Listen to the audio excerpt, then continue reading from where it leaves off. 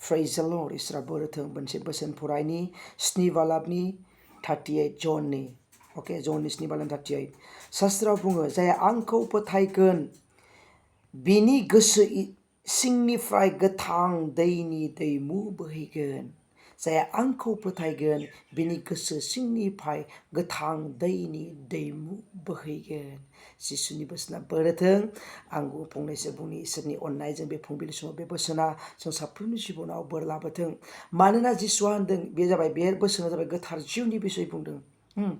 जायनियाव गोथार जिउआ थागोन बा जायनियाव गोथार जिउनि मा होनदों सुफुंजानाय बा गोथार जिउआ दैदेनगोन जायनि जिबनखौ जायनि जिबनाव गोथार जिउनि आयगा कानुनफोरा जायनि जिबनाव थानानै दैदेन जाबाय थागोन बा मानिगोन नों जुदि नोंनाव गोथार जिउनि आयगाफोरखौ मानिबाय थायोब्ला बे बोसोना बुंदों मा होनदों दैमुनि दै बाहायदि दै मोनदैया बायदि जोबनो गैया बोहैबाय थायो सानफ्रोमबो हर सान गोदान गोदान गोदान निजोरानि दै बायदि